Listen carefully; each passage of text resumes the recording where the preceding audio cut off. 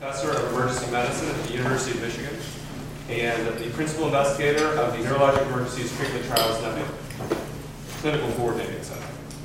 Thank you. So, take it away. Great, thanks a lot, Will.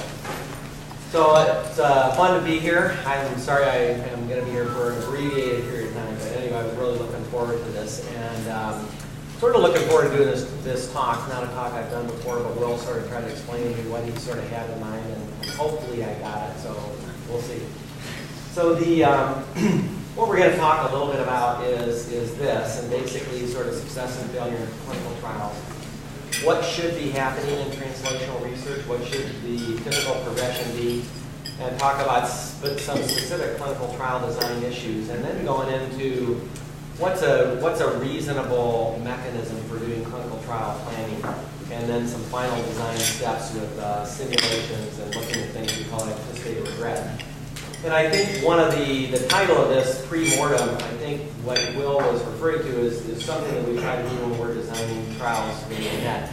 And that is, at some point, you're trying to look at this thing you spent all this time putting together and how well conceived it is and whatever, and then you tell yourself, okay, my clinical trial failed. Okay, what should I have done differently? And what are some areas that I thought I was certain about that I wasn't really certain about? And we'll get into that a little bit later, but that's sort of where the title comes from. So I think basically at the end of the day, what you're really looking to do in a clinical trial is learn something, and that's really the most important thing. It's not necessarily getting a result that's one thing or another, but it's really learning because you want to have something that's going to take you to whatever the next step is. And I know the focus of this course is more on phase 2, more exploratory trials, whereas in the net we do primarily phase 3, so it's a little bit different. But I think that there is a continuum all across translational research, and I think sometimes when you get wrapped up in your own project, you look at what you're going to do and you say, I want to look at this for this, and that becomes the be-all and end-all. And sometimes you're not looking very far from what came in the past, and you're not necessarily looking in the future. And to do translational research right, it's got to be a continuum. So everything is built on the previous thing. And if there's things missing in a previous phase, you're not going to get them in the next phase. But we'll talk a little bit more about that later. But basically, for each phase, you have to look at where am I now? What happened previously? What things do we know? What things don't we know? What questions need to be answered at this point? How can I answer some of those questions? Maybe some of them, maybe all of them. And how will it inform the next phase? And really, most importantly, I think you have to keep your eye on the prize and say, at the end of the day, what I want to come up with is a successful treatment. The end of the day is not finishing your clinical trial. The end of the day, looking at the long road, is basically coming up with something that's going to change outcomes for patients. So I think if you keep that in mind, it helps. You probably can't read this, it's too small. But basically, it's not a secret that most clinical trials fail. And most clinical trials in the phase 2, and this is more industry-sponsored studies, about half of them fail for efficacy in the phase 3 phase. It's many more than that fail in efficacy. And this is just a graph sort of showing that. The one thing that's, I pulled the pointer doesn't work. These are neurology clinical trials. So if you look at what happens with drugs that are developed for neurological purposes, this line here is sort of likelihood of approval at phase 1. So for neurological trials, that's about 13% for phase 1. Only about 30% that go to phase 2 will be successful, and of those, so you're cutting this finer and finer all the time. Only about 41% that go to phase 3 will be successful. And so if you look at this in certain drug class or with certain disease categories, in Alzheimer's there was a little article, a little newsy thing in Nature Medicine that said, of all the Alzheimer's drug development, 99.6% have failed. So it gets to be a pretty high failure rate when you're talking about starting at the very beginning. So one thing about failure that's really important, though, is that there's a couple possibilities for why you fail. One possibility is that whatever it is you're looking at really doesn't work. And we would hope that most of the time we're actually finding the treatment in that case. But the thing I really worry about a lot more is that the treatment really works, we just didn't do the trial right. I'll give you some examples of how that. So you look at all these drugs that have been used, and through the course of my career, looking at neuroprotectives, they've all failed. Many of them look, great in preclinical trials and whatever, and they failed in clinical trials. And I don't really know that any of those drugs don't work. I just know they didn't work the way we used them. And so I'll give you my take from my experience with TPA. So I was involved in the TPA pilot study when that first started, when we were looking at dose escalation, open label of TPA, and involved with planning the phase 3 TPA trial. And there were other people planning phase 3 TPA trials at the same time, and they designed it very differently than we did with the NINDS. And I would love to tell you, I'd love to say, you know what, it's because we really scientifically evaluated it better, and we really knew about the time, and we really knew about the dose, and we knew about this other stuff, and I would be lying, because the truth is we were very lucky. And we were very lucky because of a guy named John Marler, who was in clinical trials at NINDS, who basically made us do the trial the way he wanted to do it, which was 3 hours, half patients treated in 90 minutes. And if we hadn't done it that way, the trial would have failed, and we would all be sitting here, lamenting the fact that we have no drugs that work for acute ischemic stroke. Because every other study that was done at the same time failed. And they failed because of some key parameters that I would like to say we should have approached it in a smarter way to really know that what we were doing was the right thing. And I must say we really didn't do that, but we lucked out. And even the dose of TPA, I have no idea whether that's a good dose for acute ischemic stroke. The pilot study only had 75 patients. All we knew is when you got too high, people tended to bleed. You had no idea which dose really worked best. So it could be 0.6 is really the right dose. I mean, who knows? But just to let you know, it's nice to be lucky, but I don't want to be lucky in the future. I want to know what I'm doing.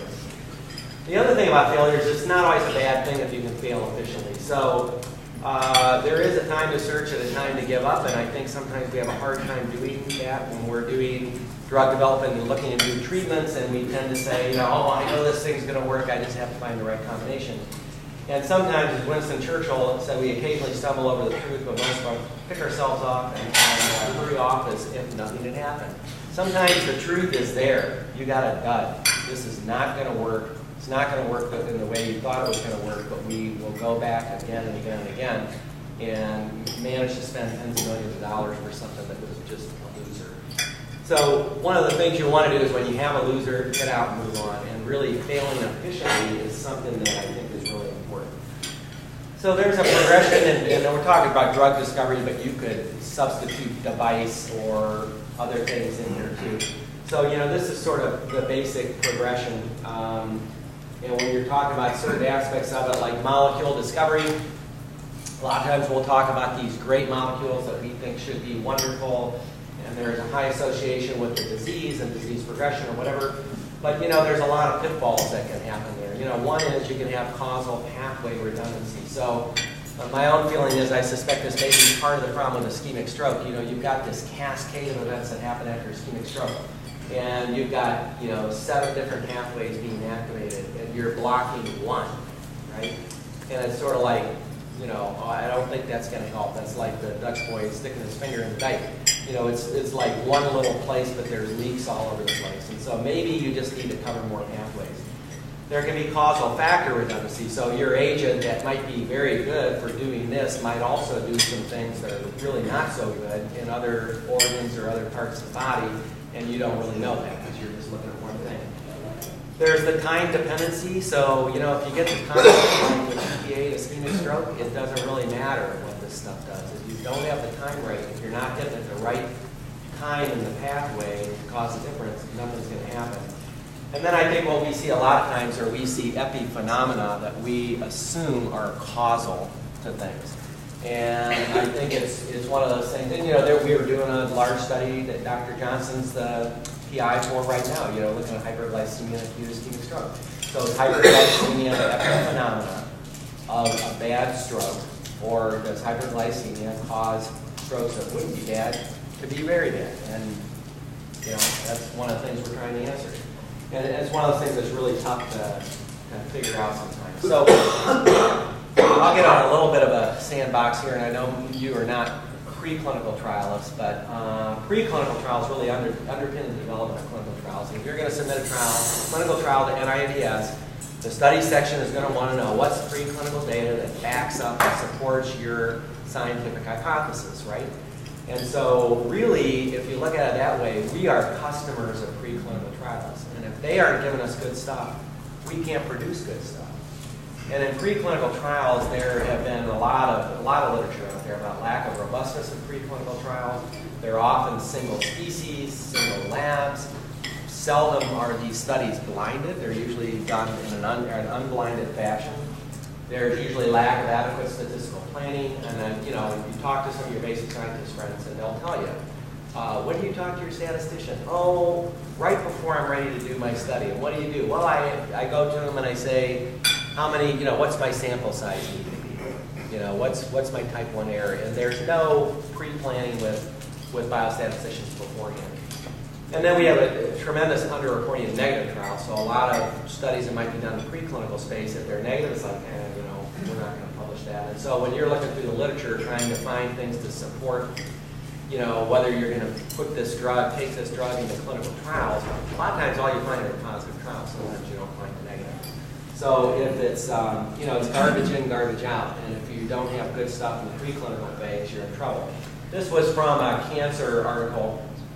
And they found that, prior scientific findings, this is from preclinical research, were confirmed in 6 of 53 oncology drug development projects. It's pretty pathetic. But when you look at the failure of the small number of publications that were produced, the ones that didn't fail were the ones where they were performed by blinded investigators. They were repeated. They included positive and negative controls, et cetera, et cetera. You can read the rest of it. So, making a blanket statement that preclinical trials don't predict what's going to happen in the clinical phase probably isn't accurate, but bad preclinical trials probably don't predict what's going to happen in the clinical phase. And these are, I won't go over these, but so for preclinical stroke trials, they've developed these stair criteria and modified stair criteria, whatever, that have all these things that really should be true. And so far, I don't know that this is still somewhat theoretical because there's never been a neuroprotectant that works, so whether these criteria work or not is unclear. So you're going into, the typical steps are, phase 1, phase 2, phase 3. So phase 1, usually tens of subjects, usually first use in humans with or without the target illness. Try to get some information on dosing and toxicity and some other things. Phase 2 then, this is again very condensed, a few to hundreds of patients with target illness. You get some initial information on dose response, hopefully, and some proof of concept, and also a better idea of side effects. And then, of course, phase 3, as we know, is to confirm superiority, and you need to well and adequate controlled trials, or adequate multiple trials, as per the FDA for drug approval. So in the phase 1-2 space, these are the things you're sort of looking at. And these are, I think, the things sometimes we don't think about, especially when we're designing the phase 2 trials. Is really what you should be. These are learning phase trials. And so again, talking about translational research being a continuum, it's going to be what information am I going to need to be able to do a phase 3 trial. You should be doing the phase 2 trials so that when you get to the phase 3, you already know the answers to those. So, what is my intervention strategy? Okay, and the TPA study is a good example of that. What is the strategy? When are we going to treat? How are we going to do this? What's your optimal dose and duration? And you would think that this is pretty well worked out, and it is just so not worked out. I mean, on so many things. And if you look at it, you look at some of the big clinical trials that are being done right now, look at the doses that they're using in some of these trials, and then try to backtrack and find out what's the scientific data underpinning that dose. Good luck. There's so much variability, it's unbelievable. And the duration of dosing, and when you dose them. We'll get into that a little bit later. Selecting the best of several possible interventions. So, what is really the key scientific question in this? And, what are the interventions you really want to test in this? Because you may have several possibilities. And then defining the patient population is again, critical.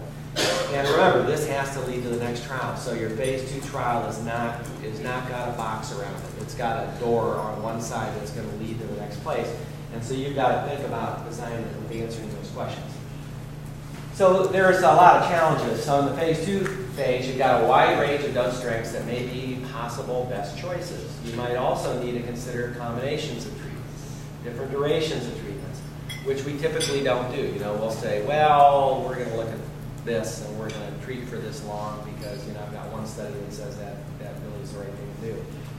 And you may not know really the right patient population. And, you know, what we've seen, I think, is that most of the phase 2 trials, or many of the phase 2 trials that you see in the literature are really, they're underpowered phase 3 trials. And underpowered phase 3 trials really do not tell you very much. And there's no way, and one of my big bugaboos is looking at different agents. So typically what happens is, think about a phase 2 trial or even a preclinical trial. You know, somebody's got agent X, okay? And agent X is supposed to be really good neuroprotective for patients with ischemic stroke. And somebody else has agent Y, which they say is a really good neuroprotective. Somebody else has Z, which they think is a neuroprotective. And so as a clinical trial person, you're trying to think, well, you know, which one should I take in a clinical trial? Should I take X, Y, or Z? And you're trying to evaluate the data from the preclinical trial or maybe from a phase 2 trial that's an underpowered phase 3 trial with this drug, and it's really unclear which you should take forward. So, you know, what we really don't do is we don't do studies where we compare X, Y, and Z, which would really make a lot of sense, wouldn't it? If you're going to spend $10 or $20 million on a clinical trial, you'd really like to make sure you're studying the right agent.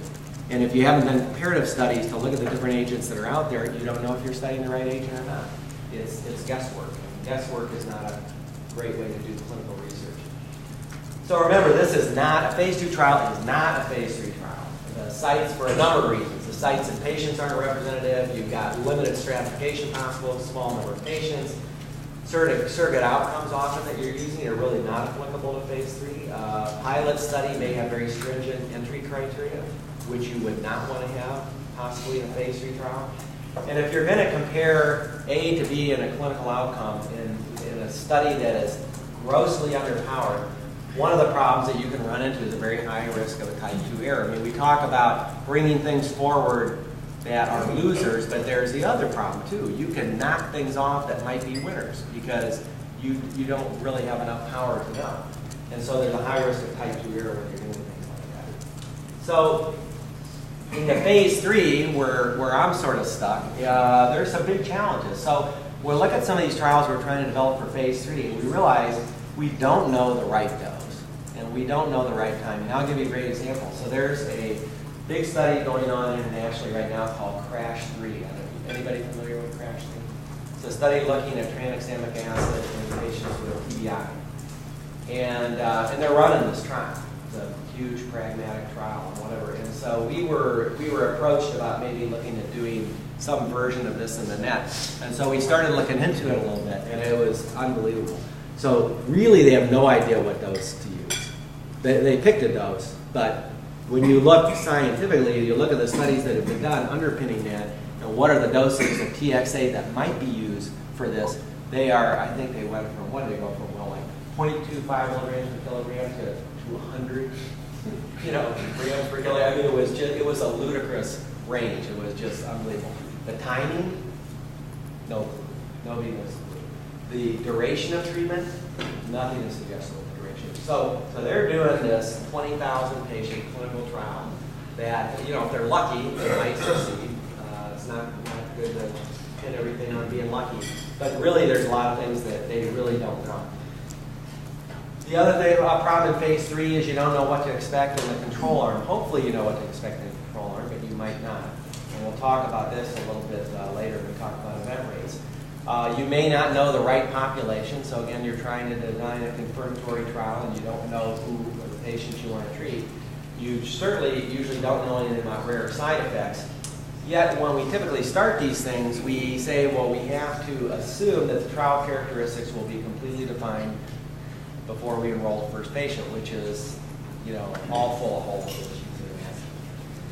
So, some of the key clinical trial design issues, and these are sort of boiling down in being fairly simplistic, right patients, right dose, right endpoint.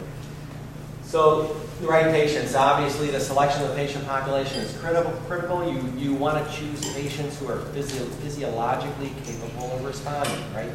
So if you're looking at a neuroprotective agent, for example, and you're only looking at stroke patients who are longer than 6 hours or 8 hours or 12 hours or 24 hours, obviously nothing's going to work in that group, or you would think nothing's going to work. Maybe a repair agent might work, but a neuroprotective agent probably is not going to.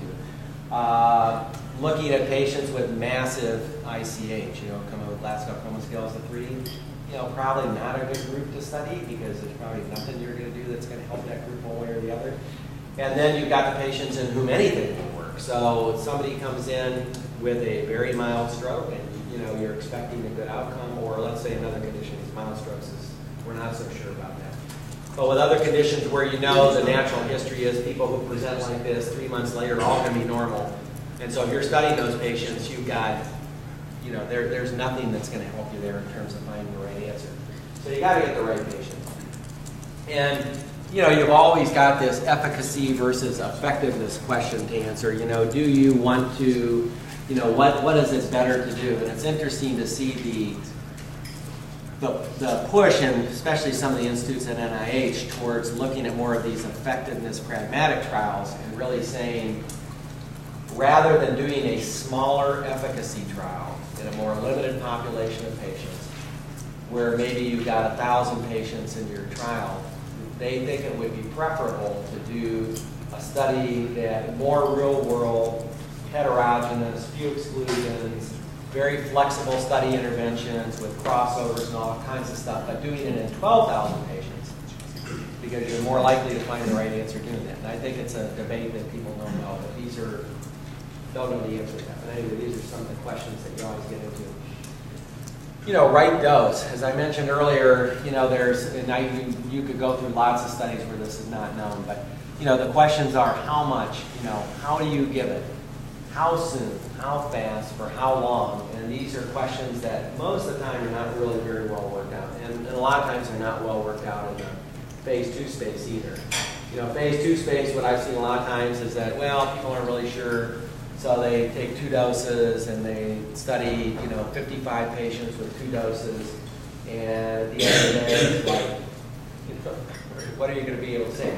If you try to draw confidence intervals around those, or dose response curve off 2 points on a curve that's underpowered, you're learning very little. So you need to know all these things.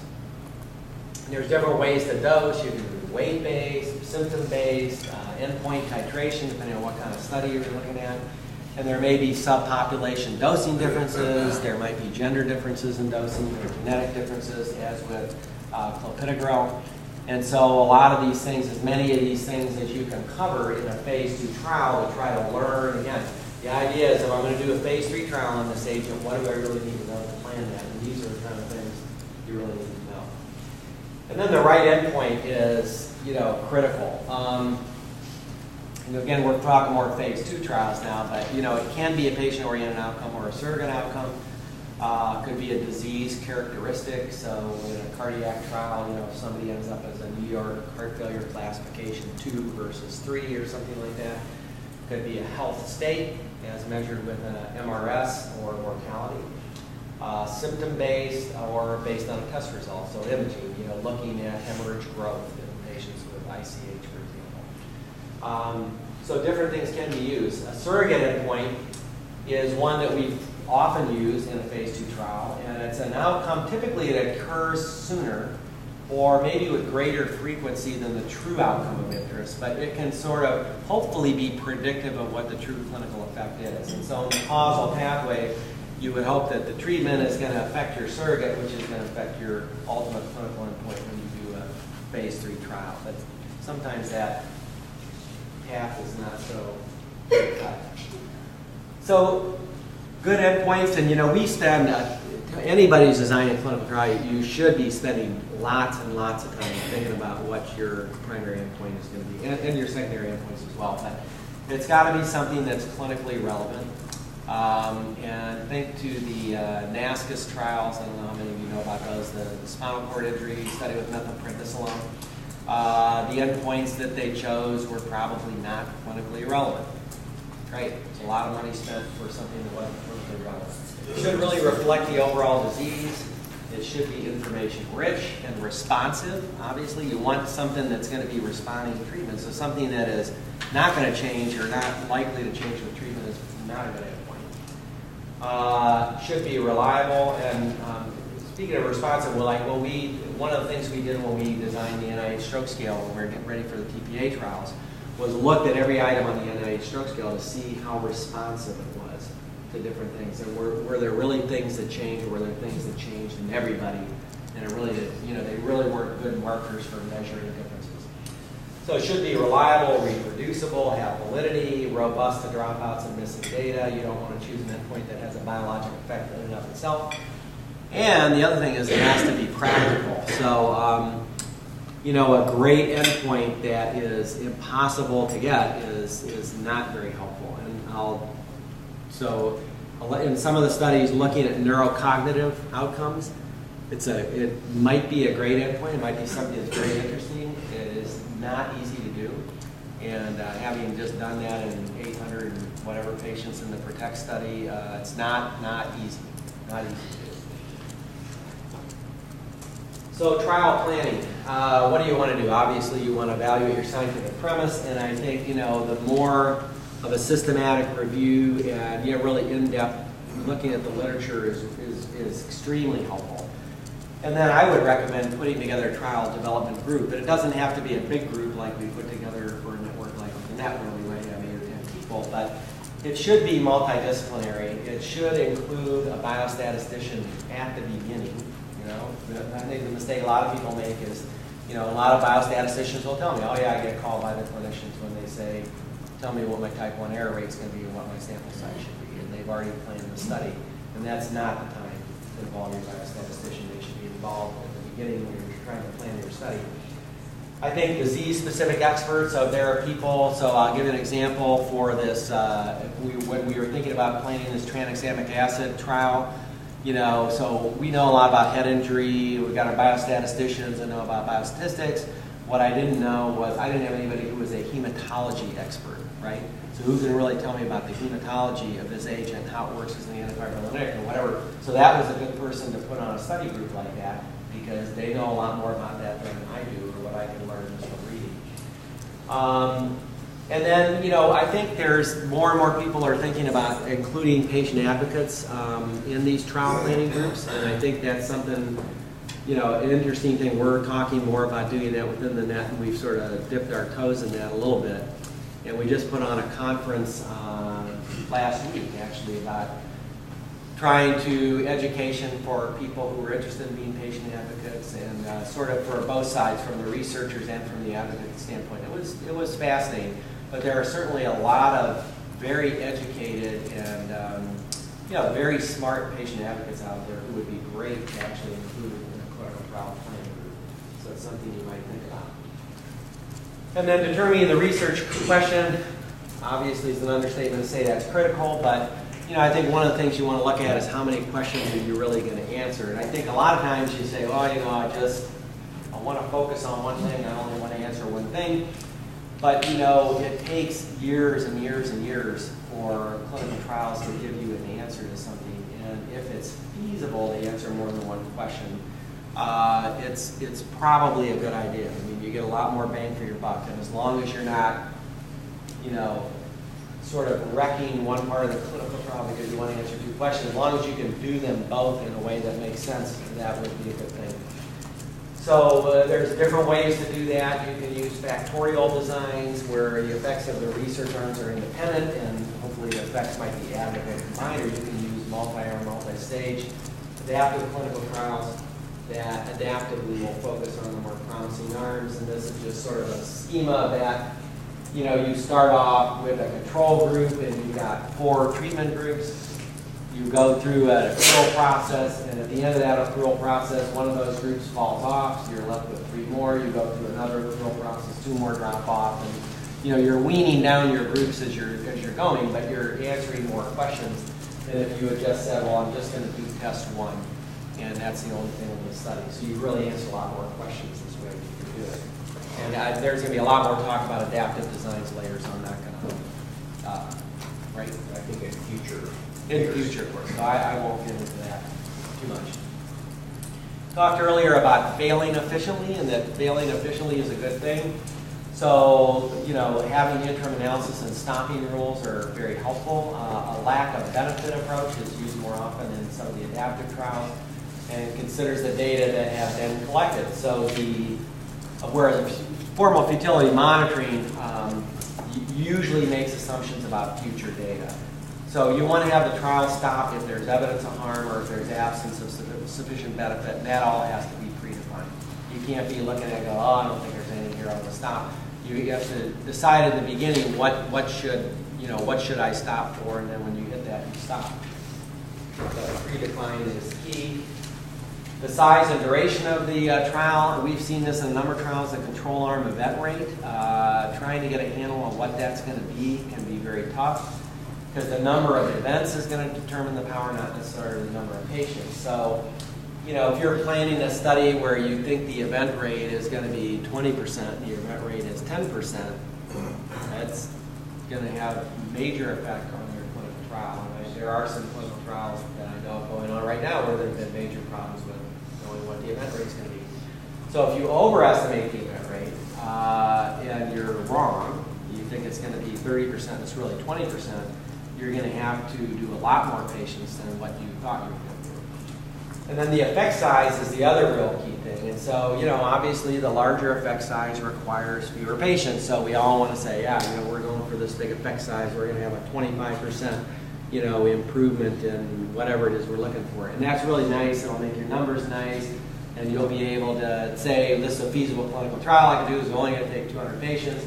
But in fact, your effect size is maybe 8%, in which case your trial is going to fail.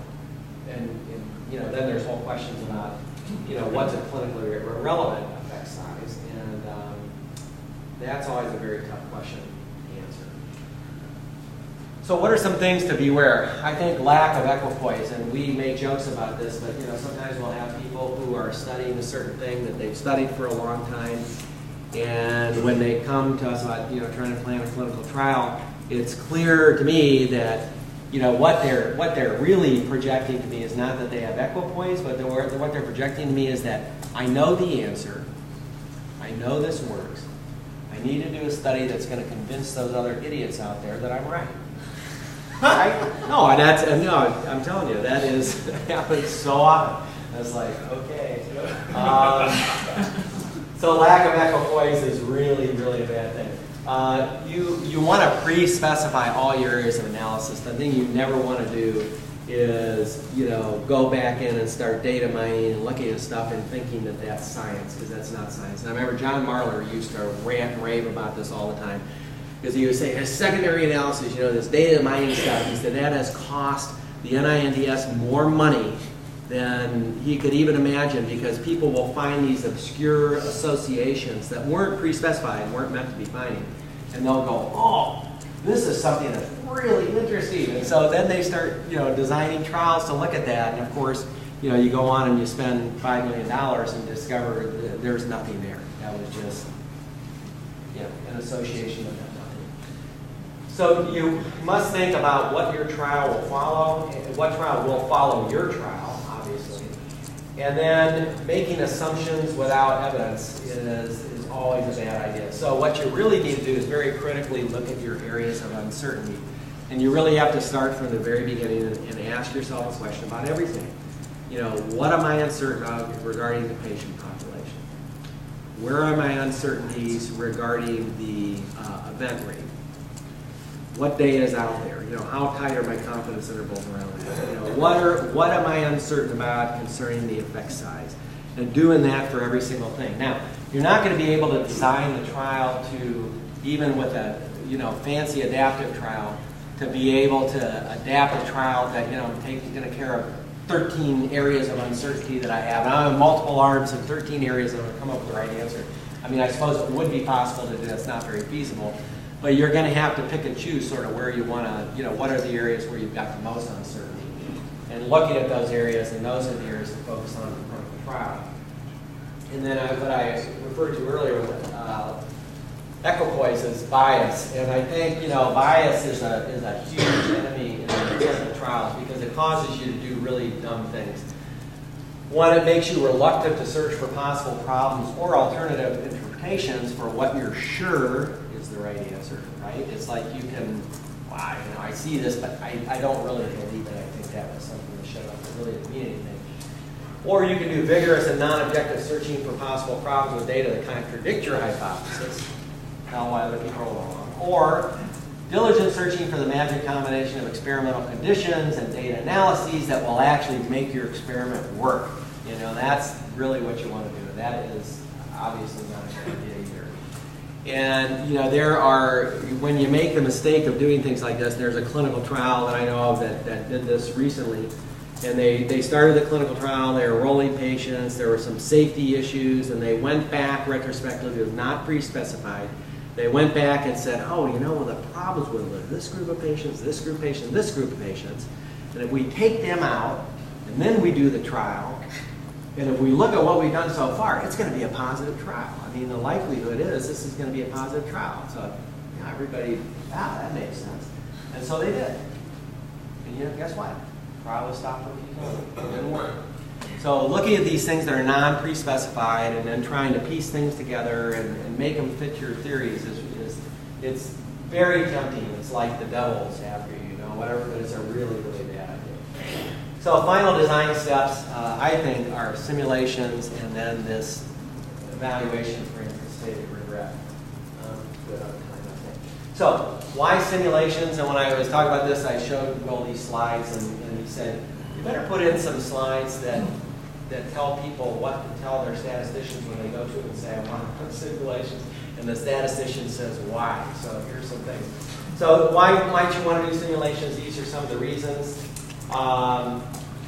And I'm getting near the end here, but there's a lot of things you can learn a lot more by doing simulations before you do the clinical trial, which will really, really help you a lot in designing the clinical trial because you really find out how it's going to perform.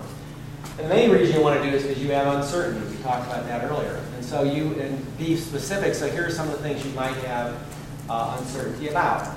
You might want to explore the impact of incorrect assumptions. So you might say, well, I'm predicting I can get a dropout rate of 15% in this study, or 10% in this study, but what if it's really 15%? How is that going to affect my outcome?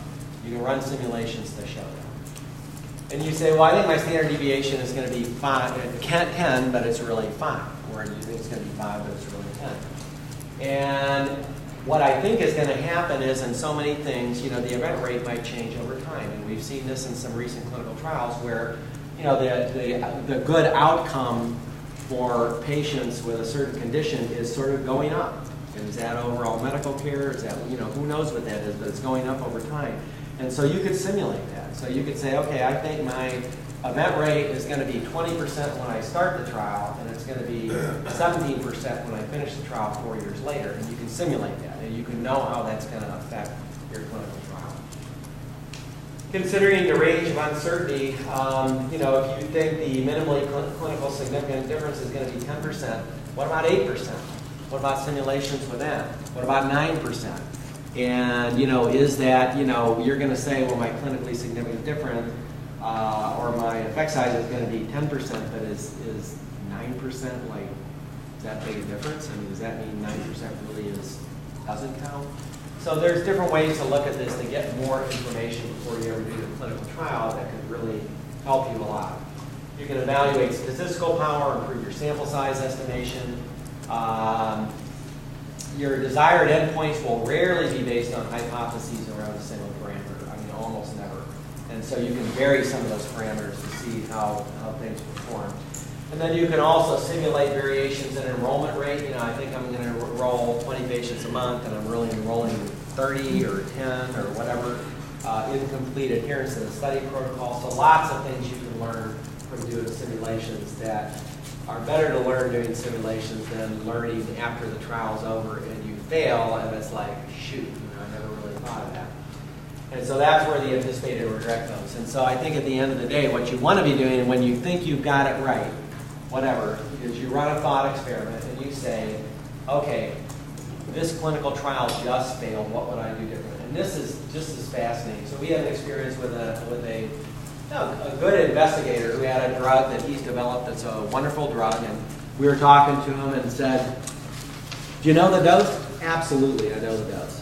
What is it? It's this. You don't have any question about any other dose? Not a bit. I know this is the dose. That's the one I want to use. Okay? So how about timing? I know that. I know that. I get solid on that. I know exactly what we're doing. So, okay. And so we went through this, talking a little bit more, and so I said, okay, let me ask you a question. Let's say that this drug, you do this trial, we're doing it now, and it doesn't work.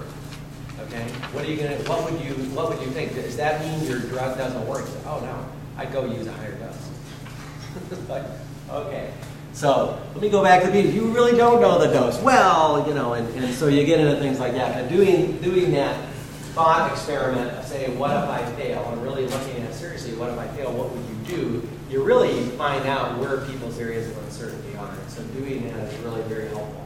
You know, it might be a higher dose, it might be a lower dose, it might be I should have treated earlier, I should have treated longer, I should have treated a different patient population, or I should have chosen a different primary outcome. But that thought experiment is really, really valuable to try to, you know, zero in on one of the areas that you really need to account for. So, take-home messages at the end.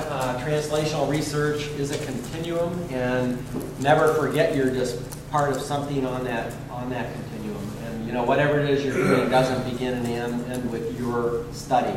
Your study fits into the rest of everything else. You have to learn from each stage to prepare for the next. Trial design process, in my opinion, is a team sport. You need to address and embrace your areas of uncertainty, because it's a good thing to be uncertain. It's not a bad thing to be uncertain, because you're being a lot more intellectually honest that way. And I think being able to face that is a good thing. Right patient, right dose, right endpoint, and then I think people should strongly consider doing clinical trial simulations before actually getting going with any clinical trials. So that is all I have. Do we questions or questions? Sure. Anything? Covered it all so completely, nobody else. Yes. Regarding the issue with the ambivalence or uncertainty about the actual event rates, how often or what room is there for funding to establish outcomes network projects as like a run-in for 1 to 2 years before beginning formalized study versus a lot of times we'll be searching for retrospective data or single center prospective things to try to capture what our event rate is versus doing, let's say, a real time. Here's what we really know about these patients. Now we can then really design a clinical trial knowing what the event rate has been over the last 18 months. Yeah. So I think it's hard. I mean, doing surveillance epidemiological studies are difficult. I mean, sometimes there's funding to do that, sometimes there's not. Just depends. More often, if it's not an area that's already being funded, like by American Heart or something like that, it can be really tough to get a handle on that. And usually, funding agencies are not that, thrilled about funding surveillance studies. Or at least NINDS traditionally is not thrilled usually about funding surveillance studies. Yeah.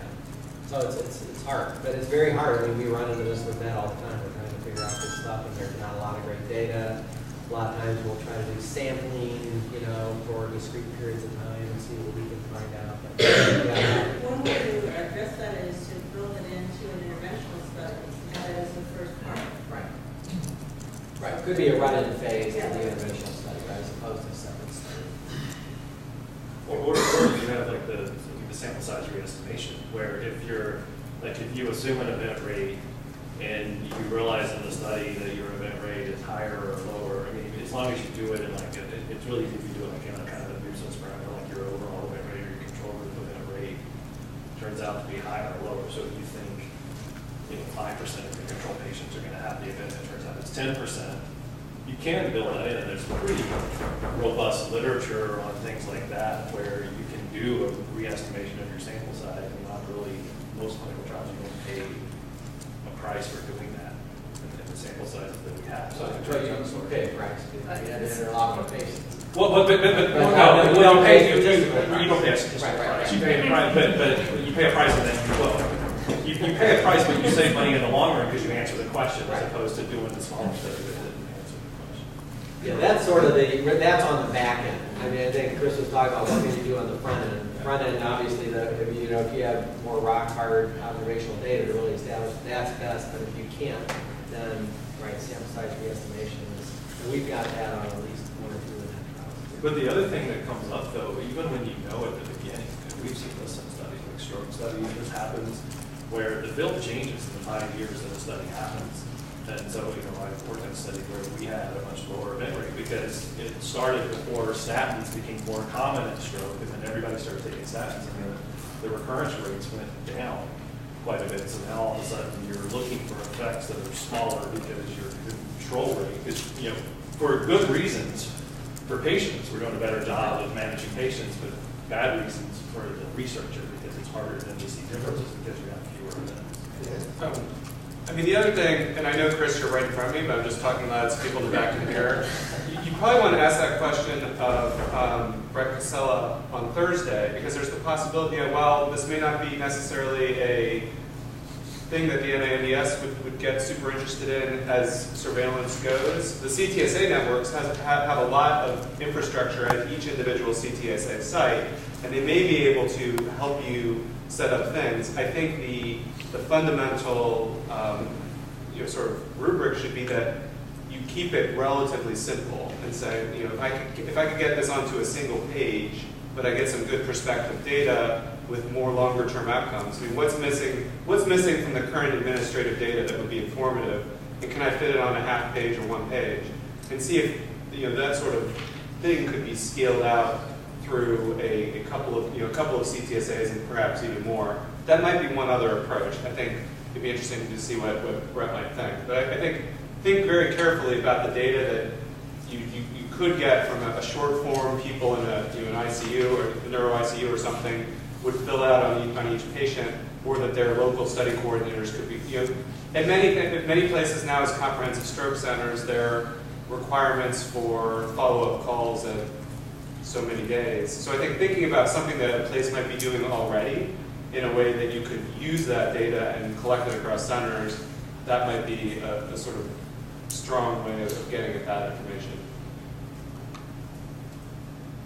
Other question?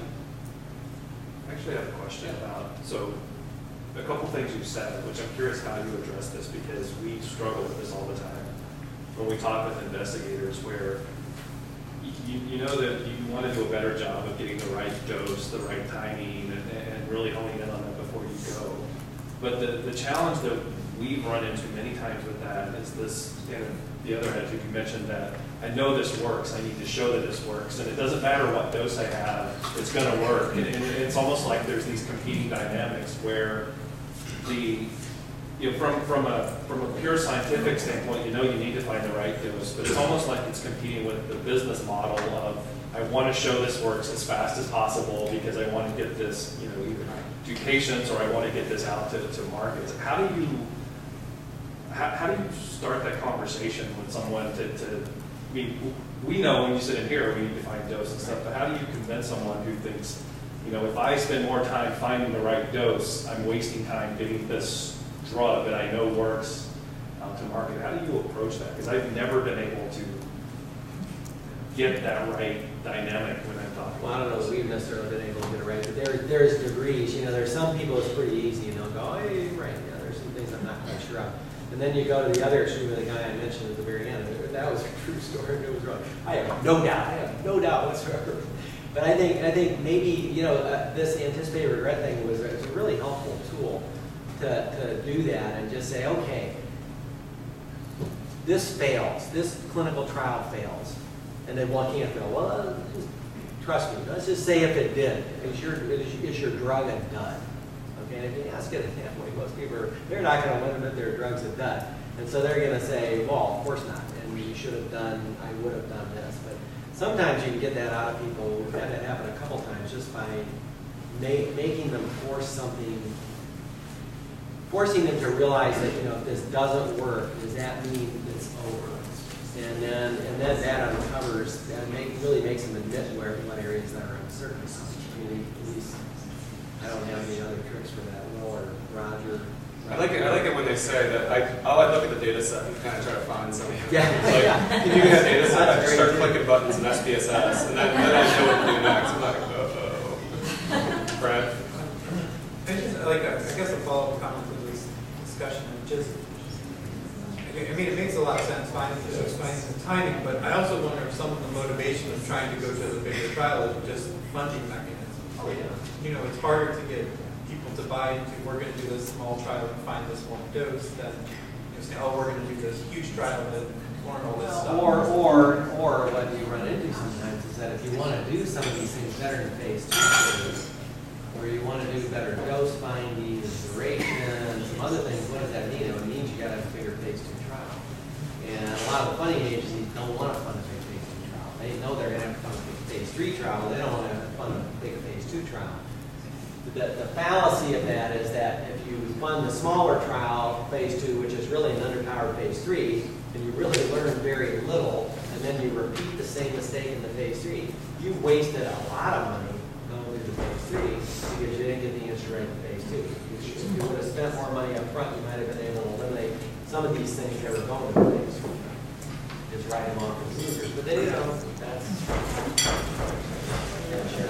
One question I have is related to some, in our small group particularly, we're asking this question about dose a lot. Do you know the dose? I'm not sure about it.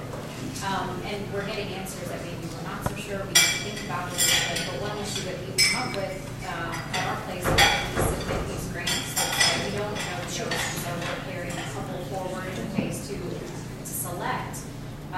Grant review said, know the maximum tolerated dose. This is a waste of time. Just get rid of it. So how do we go about that sort of grantsmanship process to say, yes, we know the maximum tolerated dose, but that doesn't mean that it's not, that that's the best dose to move forward. I mean, I don't know if I have any tricks for that. I mean, that's so, I mean, it's sort of what drug we were talking about, and, you know, what's the side effect profile, and, you know, all those kind of things, because there might be something where, you know, maybe there's other things that it does at certain doses that, I don't know. That's a hard one to answer. I don't know if I have a stock answer for that. You know, sometimes you can't make a study section out of something over realize. So, I think there's been more movement on that in the industry where, and usually I think of marketing as an evil term, but one of the advantages of marketing is that they do explicitly balance the efficacy against side effect profiles and costs and trying to figure out the value to the marketplace of a treatment. And I think you can borrow that in dose finding and say, you know, efficacy is good. The better the efficacy, the more valuable this drug is, and the more likely I want to bring it into phase 3. But if the side effect profile is in a certain range that detracts from it, you can combine that into a single utility function. And then the dose finding exercise becomes one of explicitly finding something that maximizes the utility, which companies think of as net present value of their drug, but we think of as the clinical value of the drug. And then that balances it. Because otherwise what happens is you have this dose effect profile for efficacy, a often more sparsely informative information on safety, and then people do this ill-defined value thing where they pick something. And if there is a bias, there is a tendency for people to be so scared of side effects that they, through that ill-defined approach, they pick a dose that's too low. And then when the trial fails to show a definitive benefit, you don't know if it's dose selection or lack of evidence.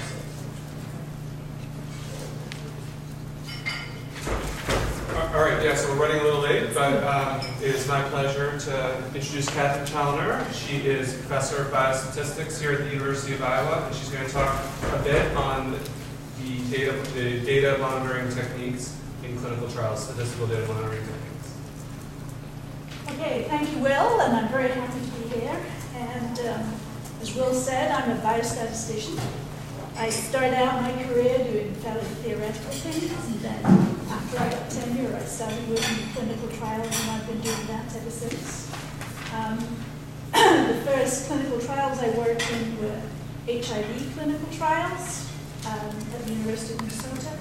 And the very first trial I was involved in for that group there was a neurological trial, HIV-related peripheral neuropathy. And we looked at acupuncture as well as amitriptyline, both together and separately for the treatment of HIV peripheral neuropathy, and enrolled 250 patients in an acupuncture trial, which is the biggest I've come across for randomized randomized controlled trial. So why do we want to monitor data as we're collecting our data in a clinical trial? Primary motivation is ethical. We want to, if an intervention isn't safe, we want to stop it. A trial is typically designed to answer one question very well. And if the question's been answered early, then it would be unethical to continue. If a trial can't possibly answer the question that you're asking, then it's also unethical to continue. So you stop for futility, or if you just can't enroll, you should just stop and not enroll more. So, and every trial needs a plan for statistical analysis. So you might not want to stop a trial if the answer will not be conclusive. If there's conflicting information in the literature, if your trial results are in conflict with other trial results, then that's a complicated question. You do want to make sure that the quality of your data is high, as well as the science that you're doing. So in monitoring, you also want to monitor data quality, the completeness of the data, timeliness, and monitor developments in the field, changes in clinical care, changes in USPH guidelines on the treatments.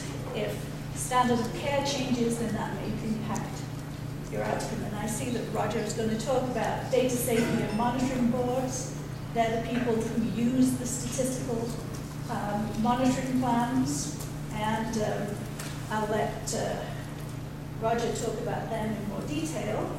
An excellent reference is a case studies collection that I just reviewed before yesterday, and found a couple of chapters that are directly relevant to the studies in our group 1. There's a chapter by Roger on a trial without consent, that we have one of those in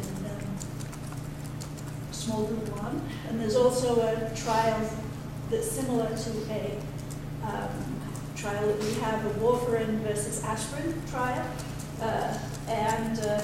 So I'll pass those references on, but it's a good reference for reading about monitoring in context that combines the statistics and the medicine together. So suppose we're designing a study. Let's look at an example, because I only have 30 minutes and there are entire books written on this subject. But let me concentrate on the concepts and give an example. Suppose you have a trial, you're going to enroll 200 subjects. No, you're going to enroll 200 subjects in each of 2 arms, so that's a 400 subject study. You think about doing an interim analysis every 20 subjects. So you have 10 monitoring points, 10 looks, 10 interim analyses. And suppose your responses are pain scores at the end of a period of time, say 10 weeks. And you're assuming that they're normally distributed, and you have data on that scale that tells you the standard deviation, and that's how you use the treatment difference between the 2 groups to calculate a sample size. The analysis will be a 2-sample t-test, calculated in a statistical analysis program. Now, what's the type 1 error? Suppose at every interim monitoring point, you do a test, and if the p-value is less than 0.05, you say, okay, we have an answer, we'll stop. But you're doing that 10 times. So you're doing multiple tests. If you only did the test once at the very end, then you have one look at the data, one analysis, there's one chance of stopping at the end. You don't stop early. But if you do multiple analyses, then you increase the chance of stopping and declaring a significant result, so you increase the probability of making a type 1 error. It's not 5%, it's more than 5%. So, we're thinking about doing between 1 and 10 analyses, interim analyses. And these are the type 1 errors. If you just look once, you have a 0.05. If you also look twice, that 0.05 increases to 0.08. So that's an 80% type 1 error. 11% with 3 looks, and it increases steadily. It increases more slowly as you increase the number of looks. So at the 10, if you do 10 analyses, the final and 9 interims, you have a 19% type 1 error rate. Does everybody get that? Or anybody have any questions? Okay. Similar to the issues you have in doing multiple tests. Genomics, do lots and lots of tests. So you use something like a false discovery rate, which is similar to a type 1 error. So the type 1 error assumes that there's no difference between the groups. It's just noise, random variability. But the more often you look at that random variability, the higher the chance of rejecting. So we want to control the overall type 1 error. You want the type 1 error rate to be less than 5%, or less than 1%, whatever it is. You can't just use 0.05 at every interim monitoring point. So the first approach to solving this problem was to say, well, instead of using 0.05 at every point, let's use a different cutoff at every interim analysis. And so if we just look at one look, so the table, the numbers on the left are the numbers we just looked at. The numbers on the right have an overall type 1 error rate of 5%. And if we just look once, we use a p-value of 0.05. If we look twice, we reject the null if our p-value is less than 0.03, essentially. That's quite a big difference. And all the way at the end, we use a p-value of just a little bit bigger than 0.01. So again, those numbers in between will increase much slower, right? Because your procedure is like that. What's the downside of doing that approach? Is there a downside? Suppose we choose 5 analyses. So, in order to declare we've got a significant result, the p-value at any analysis, the p-value at least one analysis has to be less than 0.0158. So if we find a significant result, we have a p-value less than 0.08 at that starting time. In your summary analysis, you can only claim you have a 0.05 level overall type 1 error.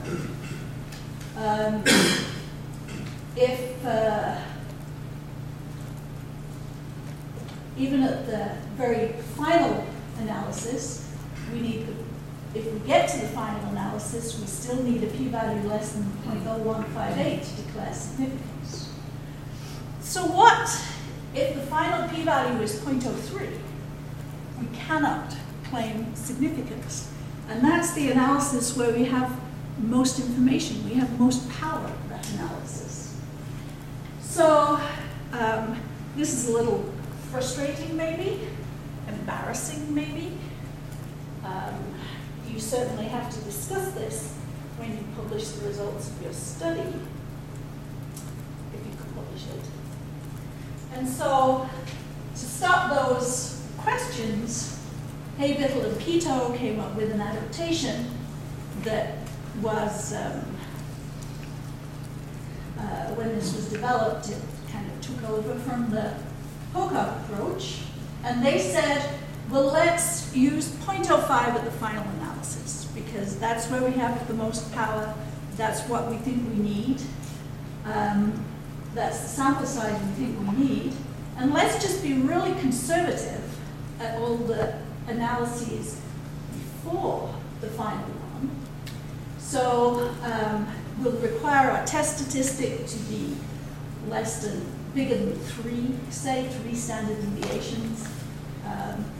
And that corresponds to a significance level of 0.003. So for the interim analyses, we'll compare the p-value we get from our statistical program to 0.003. And the final analysis will use 0.05. And if you do that, the overall type 1 error is just a tiny bit bigger than 0.05, but very small increase. So this is pretty conservative for stopping early. It's more conservative than Pocock's approach. And so this boundary is still used today. If the investigators really don't want to stop early, if you have a very small study and safety is not an issue, then you may not want to stop early. But then I'll just talk about one more approach. That's the approach that you'll see used the most frequently as you read publications, because in the design section you'll always have some reference to what the stopping rule is. And this is the O'Brien-Fleming approach. And they want overall type 1 error is 0.05, say. It can be different values. And you'll look up a number in a table that depends on,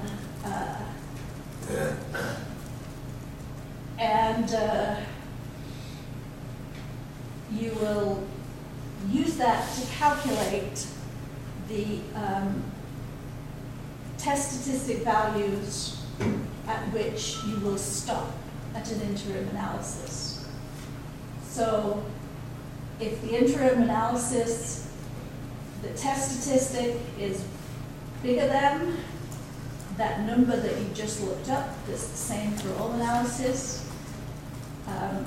multiplied by the square root of the information at the final analysis divided by the information at the interim monitoring step that you're at. So you're essentially dividing by the fraction of the information that you have in the study at the interim analysis. You'll stop and reject the null hypothesis, otherwise you'll continue. At the very end, you just use that constant, and the information for a study that has a pain at 6 weeks, something that you get on everybody at 6 weeks, it'll just essentially correspond to the fraction of subjects that you have endpoints on so far. For time to event endpoints, it'll be the number of events that you have divided by the total number of events. The capital I will be the total number of events that you expect at the end. So that's the concept. And here, just to illustrate the details, I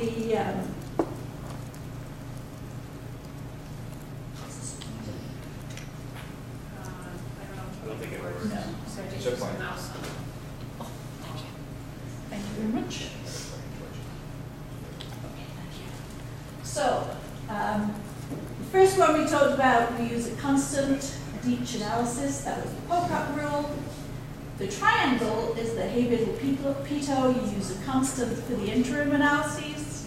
Do you have a question, Chris? The curve is the, you were laughing. So. We were just saying that's not a pointer, that's a lightsaber. The lightsaber, thank you.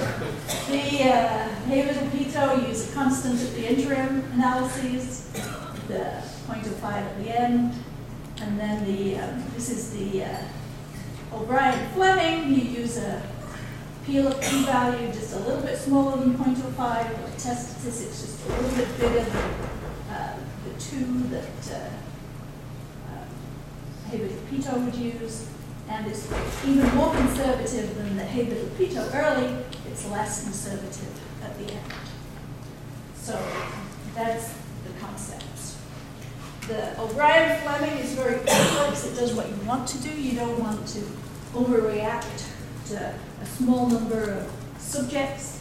You want to be able to report your results convincing, and you don't want to use too much of that 5% type 1 error rate in stopping early.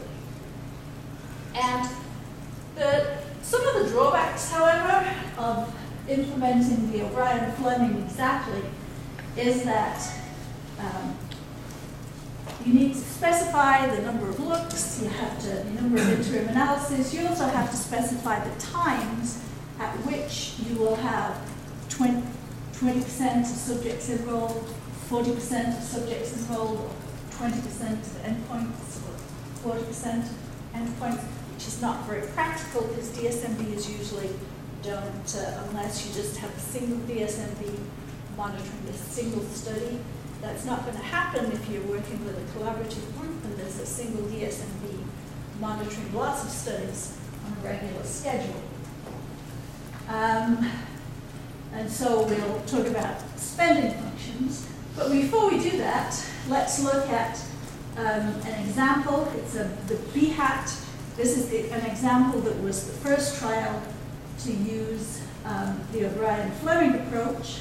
It's not that old. It's in the 80s when you were all not born yet, but some of us were. These are it was a fairly large study of beta blocker, propanol, versus placebo in, I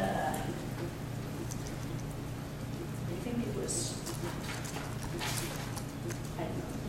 looking at subjects with a heart attack, trying to prevent a recurrent heart attack. So the endpoint was MI or death. The first analysis, not very many subjects. The trend was that the beta blocker was more harmful than the placebo, but that changed, and then became significant at 5%. So if we were doing that kind of analysis where you stop, if the p-value was less than 0.05, you would have stopped the second analysis. But the O'Brien-Fleming is very conservative, but that boundary was crossed before the final analysis. So it was very close at the analysis just before that, but the DSMB decided to continue and debated whether to stop propanol versus placebo. The primary endpoint was death. I was wrong. Several trials were implemented. Apparently they gave conflicting results. There was concern that some of the studies were inconclusive, some were underpowered. One beta blocker had shown unexpected toxicities. Some studies may have specified too low a dose. The NIH-sponsored BHAT, which was well designed, and the O'Brien-Fleming boundary was crossed. So there was a lengthy discussion about the benefits and the harm of stopping that you can read about.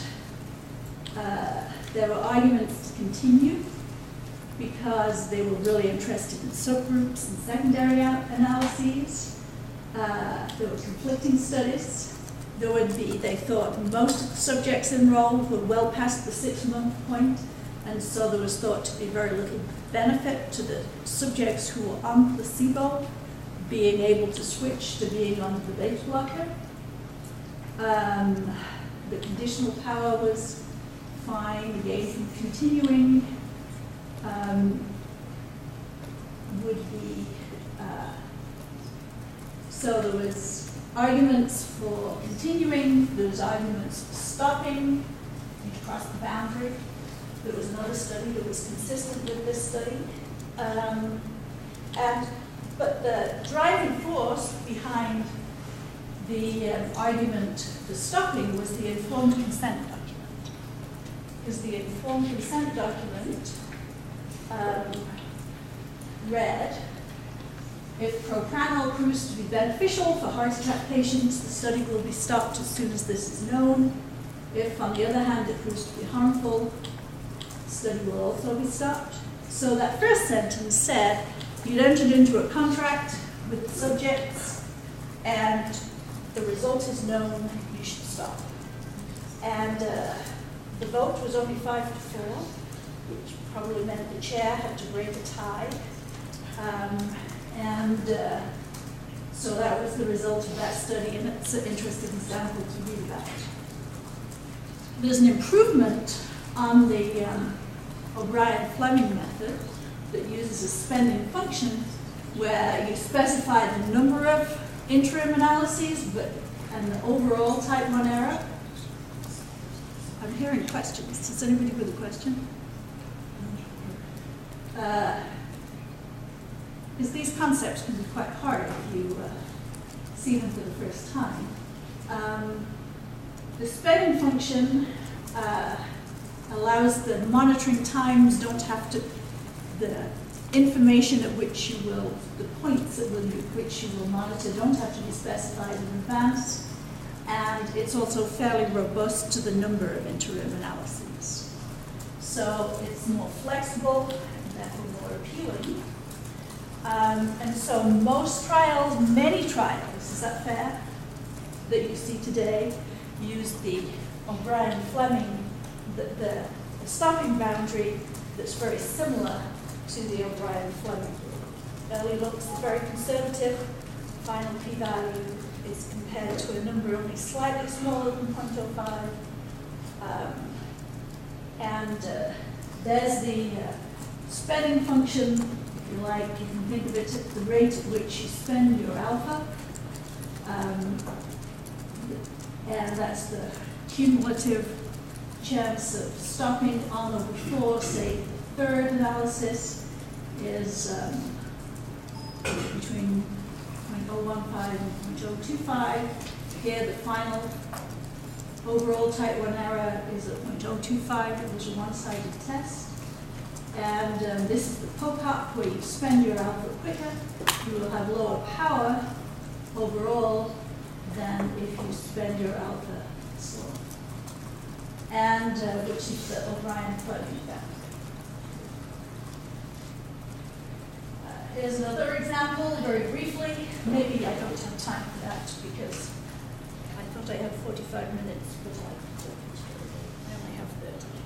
So I will skip that. We have a little bit of a break after this. Oh, I think if the schedule is deficient, Okay. it's my fault. So okay, this is a study that I was involved in, not as the primary statistician, but as a group who reviewed, in the group who reviewed our DSMV reports before they went to the DSMV. And it's an early HIV trial, adding either DDI or DDC to the standard AZT. All our studies were mandated to be pragmatic trials in the community, so we didn't want to use a double placebo. The DDI and DDC are given differently at different times. One you take before eating, one you take after eating. You take them at different kinds of day and different numbers of times. And so it would have been nice to have a regroup study in some ways, DDI active, DDC active, and a placebo group. But we had placebo groups that were either DDI placebo or DDC placebo. 400 subjects on DDI active, 400 subjects on DDC active, and 200 subjects on each of the two placebos. And the primary analysis would pool those two groups. And that was thought to be a better way of implementing this trial, and it was a lot simpler for the subjects. The first two interim analyses were a little disturbing. The primary endpoint was significant at 0.017. This is progression of disease or death. 33 events on A. This is a blinded analysis. 16 events on B. death had a trend. So the primary analysis didn't meet the O'Brien-Fleming cutoff, and the death was disturbing, but it's maybe early. The trial continued, and at the next analyses, to subsequent analyses, the p-value for death was very significant. And even though death wasn't the primary endpoint, do you really want to continue a study to prove that you're killing people? And so what were these two groups? And they were the two placebo groups, as it turned out. And the trial did continue for one more analysis, and in between this analysis, well, there was an investigation into why would the DDI placebo be associated with more deaths. Is this just an imbalance in the two placebo groups? Is it something to do, is it just a fluke occurrence? It turned out that DDI placebo contained an active ingredient, which always raises a red flag. It had an ingredient that changed the pH of your stomach because to increase the absorption of the DDI. The placebo didn't have active drug, but it had something which mimicked the action of the active drug.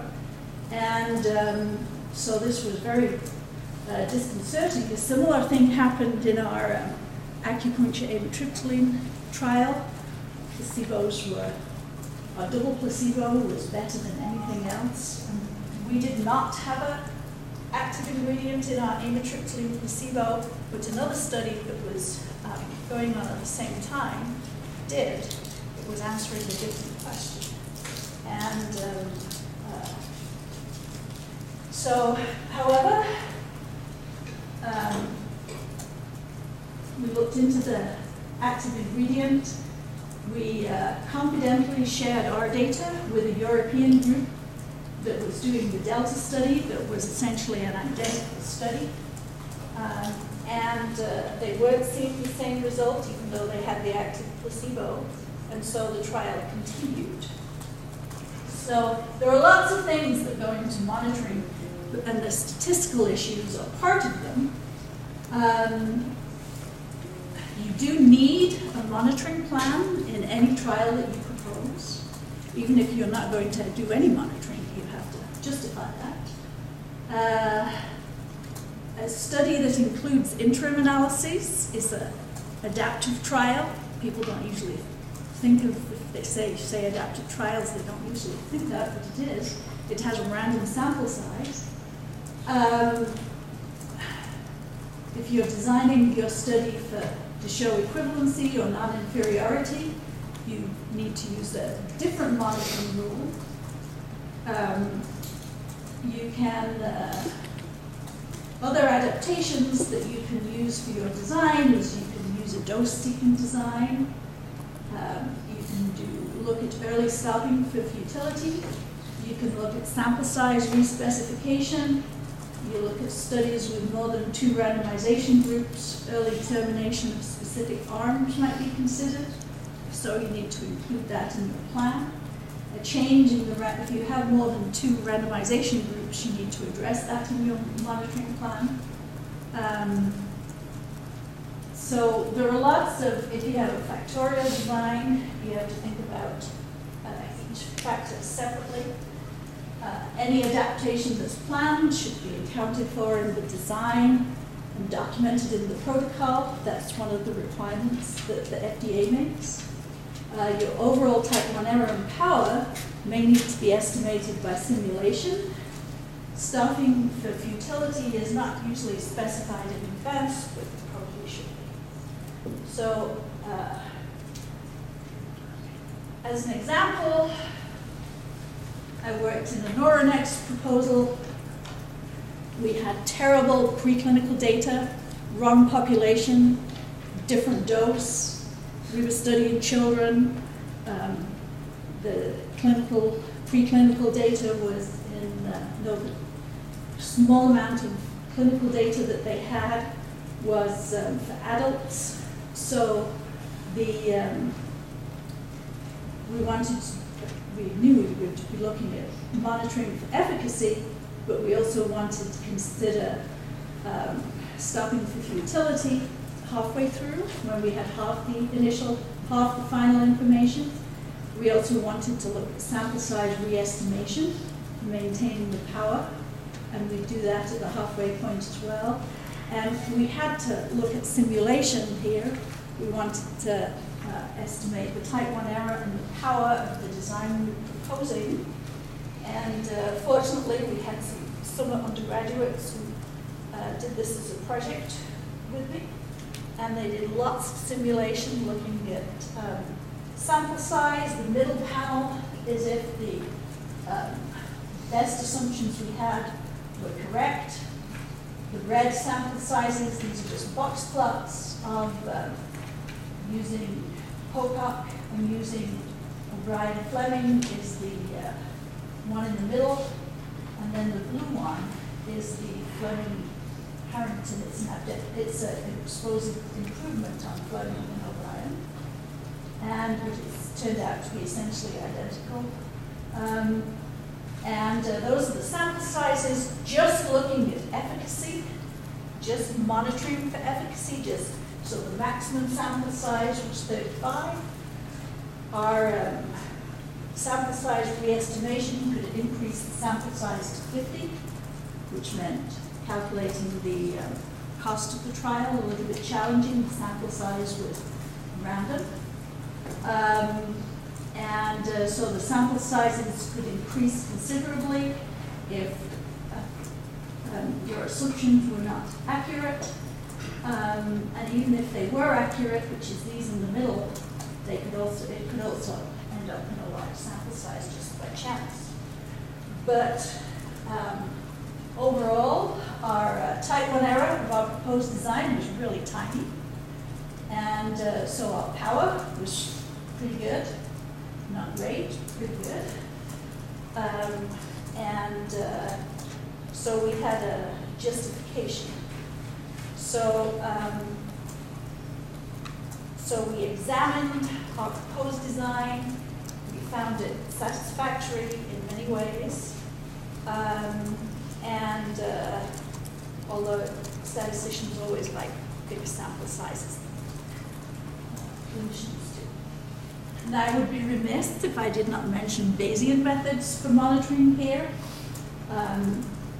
Bayesian methods are pretty standard in dose-seeking designs, and they work extremely well. They're used in a lot of device trials, especially where only you have a device like a defibrillator. You change a component of that defibrillator, like a wire or a connector or more extreme chip, and then you have to go back to the FDA because it's a new product. And the device division has put out some guidelines for the use of Bayesian statistics in clinical trials, and a lot of device trials that just look at one component compare the device with the new component to their accumulated historical data. There's a stroke trial, a dose seeker that incorporated dose seeking that also used a Bayesian method. You can look to review here by people that you may be familiar with.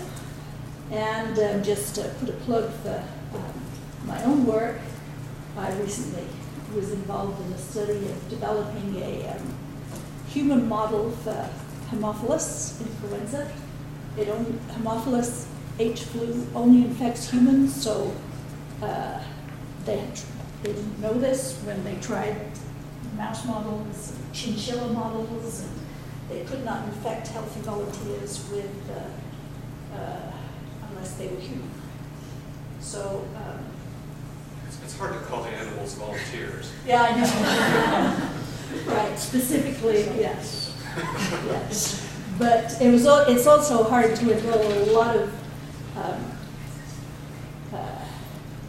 healthy volunteers in a dose-seeking study where you're deliberately infecting subjects with a specific strain of a bacteria. And we only did this in summer because we wouldn't get contaminated by flu and diseases. And students were the healthy volunteers. And apparently they didn't mind.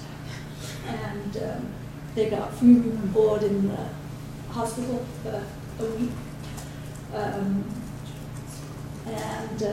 Anyway, we used Bayesian methods because we had a very small sample size and we had to use external information in the design and the analysis. And conditional power is something, I don't know, is anybody else talking about this? This is you design a study with a specific type 1 error and a specific power. You calculate the power at a specific alternative that you specify. And so partway through the trial, you can look at the data that you have already, that DI, and then you can simulate lots and lots of copies of new data, usually when you assume that the design alternative is true, the alternative hypothesis you designed to have 90% power for. And then in each of these 1,000 simulations, you combine your simulated data with your existing data, you do your final analysis, and you track whether or not the trial will reject no. And that's the conditional power. If the conditional power is too small, say if it's worse than tossing a coin, that you might consider stopping for futility. So you have to specify a cutoff too. It's a good example of a situation where you might want to be Bayesian here,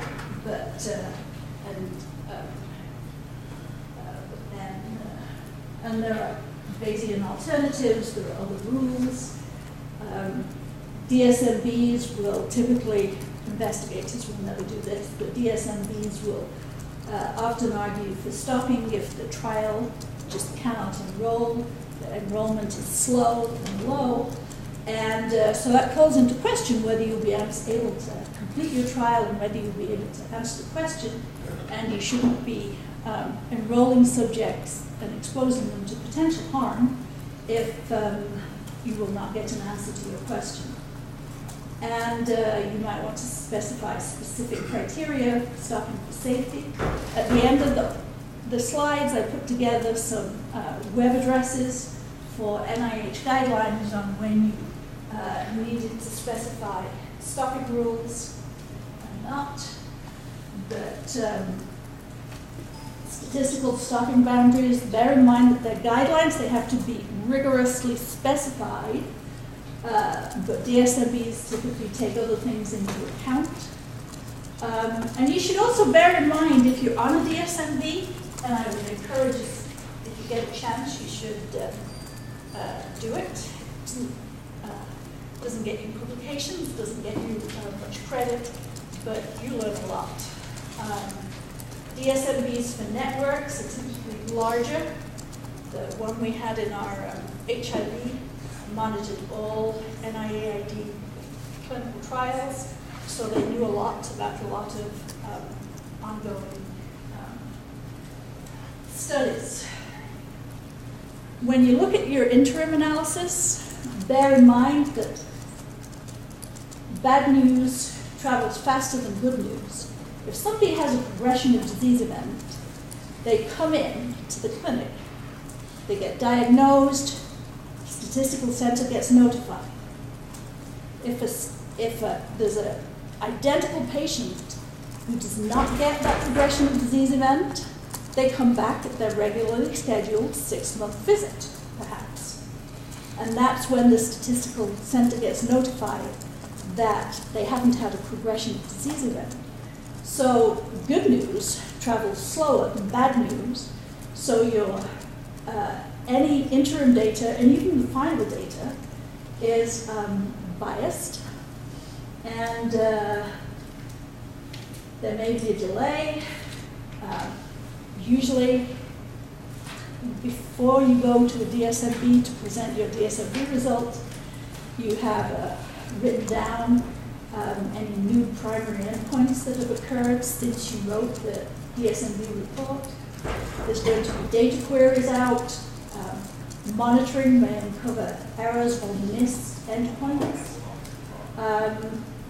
The DSMB also monitors complete data and accurate data, because and stopping criterion is only just met, then don't overreact, because your final data set may miss the boundary. So I've heard Dave Metz, who's very experienced DSMB, say, if you stop a study for crossing a boundary, you should be sure you've crossed the boundary by a long way. DSMB will ask for an update, often, or a phone call before they actually make the decision. So there are lots of other issues in monitoring studies, and they're really important. That's the some web addresses giving you guidelines for when you pose a clinical trial, what you need to specify, and whether you need a DSMB. There's some references. This last reference is an entire book written on monitoring, but is primarily addressed to statisticians. The other two are really good reads. And that's that. So, do you have time for questions?